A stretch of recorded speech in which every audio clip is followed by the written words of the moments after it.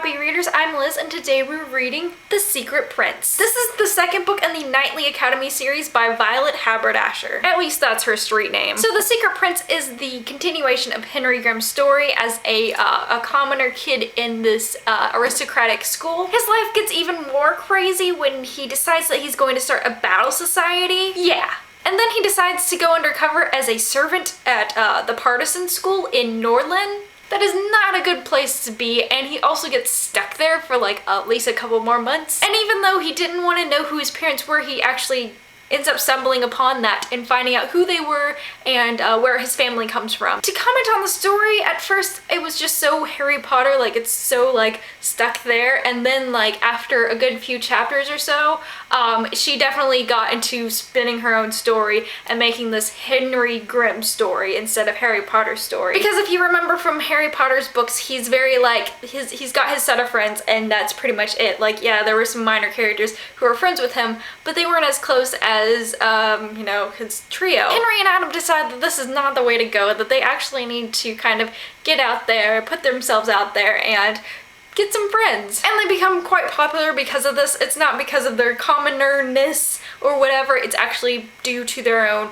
you know, people actually finding out, oh yeah, these guys are actually pretty cool, and they actually have great personalities and they're great people. And Adam is quite hilarious. Like, who could not like Adam? There's a lot of great mystery to this story. There's a lot of twists and turns that you definitely will not see. I thought I had it figured out. I thought I knew who the Secret Prince was, but it took like at least 3 turns before I figured out, or you know, the reader figures out who the Secret Prince actually is. The book definitely focuses on building relationships and like building the plot and everything more than actually having a resolve at the end, because this is the second book out of the trilogy. So even though there are very exciting times in this book, it's more of the incline to the climax rather than the climax itself. And at the end of the book, you definitely feel the calm before the storm type feeling. Because if we're thinking semi-realistically, they're going to be planning and thinking and just like, you know, keeping things very low profile before this conflict or war or whatever is about to happen breaks out. Because something is about to happen. Kind of going back to characters and the fact that they're building, there are a lot of relationships that you would not see coming, like not at all.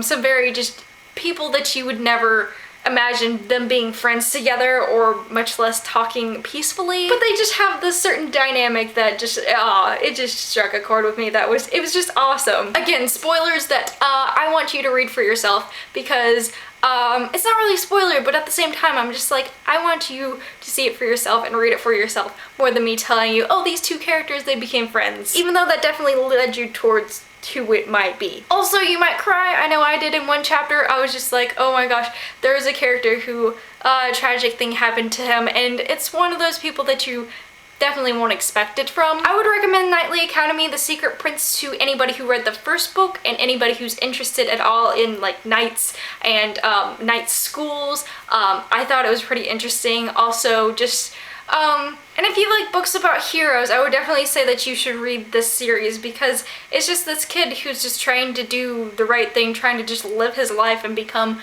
a knight detective or whatever he wants to be, and just like some things just pop up and he can't, you know, he can't just throw it to the side. He has to, you know, be the hero that Gotham deserves. Or something. Yeah, I just tried to quote Batman and it probably failed miserably. But you would like this if you like Batman, so yeah. Just as a warning, it's a middle grades book, so it's geared towards people who are ages 8 to 12. But I severely enjoyed it and I'm 23 years old, so what does that say about the world? I don't know, but I thought it was a very intelligent read. This book comes out June 28th, and there will be at least a couple of live shows surrounding this. I know there's one on Sunday. This Sunday, I think it's June 26th, just to remind everybody, hey, this is coming out and it's awesome.